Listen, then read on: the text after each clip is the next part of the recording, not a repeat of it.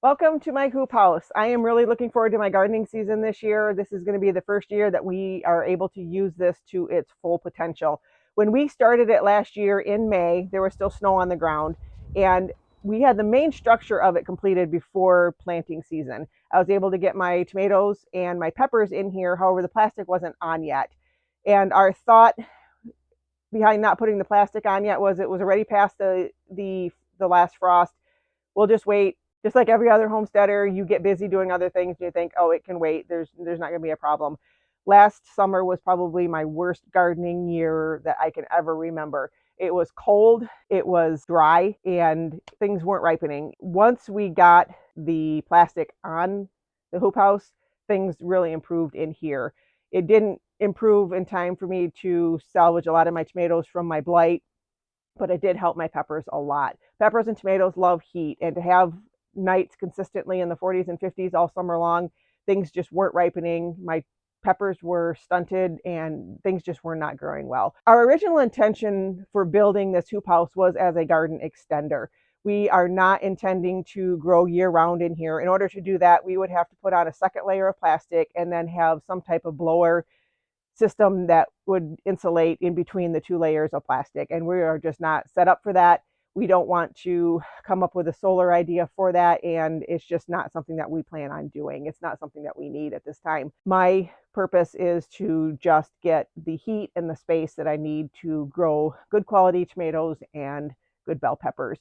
Now, my hot peppers usually go outside in my raised beds in the garden, and that's perfectly fine for them. They have a shorter season and they don't need quite as much heat as what the bell peppers do. Those need a little bit longer time, and they just seem to thrive much better in the hoop house here. When we built this, Dan just came up with this idea in his head. He watched a bunch of videos on other people building DIY hoop houses, and he wanted to come up with something that was easy for us to build as two people over 50 building a hoop house for the first time, and the best use of resources with the least amount of waste and something very easy to build. So we came up with just a bare bone structure. It's just some 4x4 sunk into the ground. They're only 4 feet long, sunk 2 feet into the ground with a 2x4 bracing around them, and some cattle panels that are 16 feet long, just bent in half and attached to the 2x4 frames on the sides. So this one is 10 feet wide and it is 30 feet long.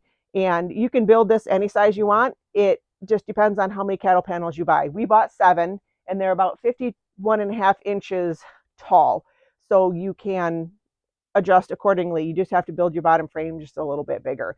It was really simple. We had the main structure built in just a couple of days, and then getting the plastic on was a lot easier than what we thought it was going to be. And I thought it was going to be really heavy. I thought it was going to be a really hard project. And I wish, knowing now how easy it was to get the plastic over top of it, I wish we would have done it a lot sooner. It would have improved my tomato year greatly, I think. When it came to the ends, we wanted wooden ends on it. We didn't want to just have the plastic. You could definitely take the plastic and just create a door on either side and just put a slit in it and be able to walk through the plastic. We didn't want that. We wanted something that looked a little bit more permanent and a much nicer looking structure. So we had some cedar laying around.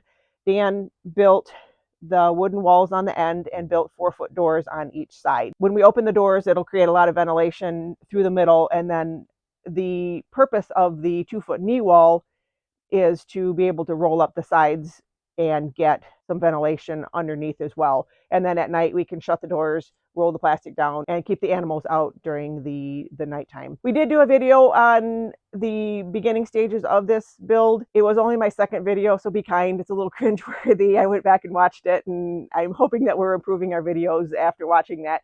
But if you want to see how we built it, go ahead and watch that. I'll put the link in the description below. So the goal for this year is to get some drip irrigation going in here. We are going to do probably just a gravity feed from a large tank, and something that doesn't require our well to run, because when we water our garden, it is a large garden and we need to run our generator when we run our well that much. Our solar system does handle the well kicking on occasionally when we're just using it in the house, but if we're going to be dropping the pressure down in the tank consistently while we're watering the garden for an hour or so every day, we definitely need to turn on the generator in order to handle that. Otherwise, it's just going to drain our solar system. One of the things that we wish we would have done a little bit differently on this build is that the 2x4 that goes along and attaches all of the 4x4s together, we didn't realize that it was going to be so wet and humid in here on a consistent basis. Our greenhouse doesn't hold moisture like this, but for some reason in here it does. And if we had known that it was going to stay so damp in here, we would have made that 2x4 womanized. And since the plastic for a hoop house lasts 3 to 4 years, we'll probably end up replacing those 2x4s when we replace the plastic. It'll mean taking the cattle panels off and putting them back on, but I guess that's not going to be that big of a deal in order to make the structure last a lot longer. So there's a 2x6 header with 2 support poles in the middle, just for extra strength in the middle. And I'm envisioning all sorts of hanging pots and flowers and all sorts of beautiful things hanging from this. I just got to put some hooks up there, and I want to use this space to its full potential. There's nothing in the middle at this time, and I want to be able to use all of the height here to our advantage. So it's about 50 degrees in here right now. It's about 37 degrees outside. It's actually still snowing outside. It was raining and snowing yesterday, and you can see all the ice on the outside of here, but it is above freezing in here, and everything's going to be well protected from the frost. So I can get a good couple extra weeks out of my growing season by putting my tomatoes in early. And that was the intention of this build. So I'm going to get cleaning up and get the rest of these tomatoes out of here from last year. I've got to amend my soil. I've got to figure out how I want to avoid having blight in here again this year. I don't like using chemicals in my garden. I like to keep it as organic as possible. And I'm trying to figure out how I'm going to avoid the blight. I'm going to have to plant them on the other side, obviously, and put the peppers on this side. But I do want to keep the blight out of here on a permanent basis. So that's going to be something I'm going to have to research on some organic means for that. Definitely getting the drip irrigation in here and mulching them better is going to help with that. I've also got a couple plants that I need to repot in the seedling house. We call it our greenhouse, but it's technically just a seedling house because it is not insulated, and it still is pretty cold in there in the nighttime. And I have all of my seeds that I have started in the house right now because we can keep that warmer. And in order to heat the seedling house on a consistent basis, it takes a lot of fuel. In the past, I've always used a propane heater. We moved that to our guest house and got a diesel heater for the greenhouse this year, hoping that that was going to be a little bit more economical and hopefully keep the temperatures a little bit more consistent. When the weather is really cold, the seedling house does not stay above freezing. It's usually colder in there than it is outside. I'm not sure how that works, but it does work that way. When the weather warms up just a little bit and it's more sunny during the day, it's easier to keep it warm during the day and then just have to heat it at night, and that's our goal. Next week is going to be a little bit warmer. It's supposed to be in the 60s next week, and it's going to be nice to have some warmer weather around here.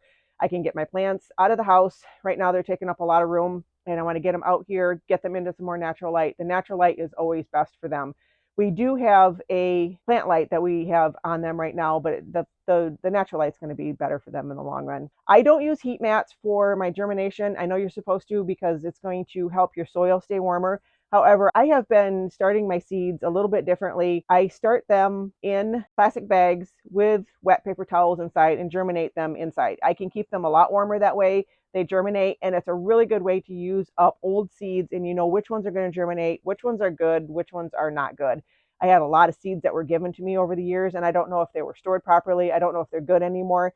And so it's a good way to just not waste your space and all of your dirt with seeds that aren't going to germinate. And you can just plant them. Once they germinate, you know that it's a good seed. You get them in the dirt, and then I get them under lights from there. That is how I avoid having to use heat mats in my garden. Because anything that creates heat is going to take a lot of power, and that's not something that we want to expend our solar system for. I want to get all of this stuff done now. I want to get a lot of my garden prep stuff done and get my greenhouse cleaned out and get it ready for all the plants to get in there next week, because as it warms up, it's getting close to Cisco season, and we want to be out on the water fishing. That's something that we love to do every spring, and it's getting close to that time. For those of you that don't know what Cisco are, they are a whitefish kind of variety fish. They're also known as a lake herring, and they run in Lake Michigan in the spring once the water starts warming up. So it's pretty fun. Really looking forward to getting out there this year. We had intentions of ice fishing this past winter. We had everything all set up to get back into ice fishing again, and there was just no safe ice at all. last summer was too cold and the winter was too warm. So I don't know, nothing worked out for us weather-wise last year when it came to ice fishing and or gardening. So we want to get out there fishing this year, and hopefully we'll take you along with us on that. So the little diesel heater that we bought is a gallery, and Dan liked the looks of this one. It's a little toolbox shaped heater. It's easily moved, and we vented it right outside because it does have quite a bit of exhaust that comes out. And once we're done using the plant lights inside, we'll bring our power station out here, and then this will be able to heat this at night and keep it warmer in here.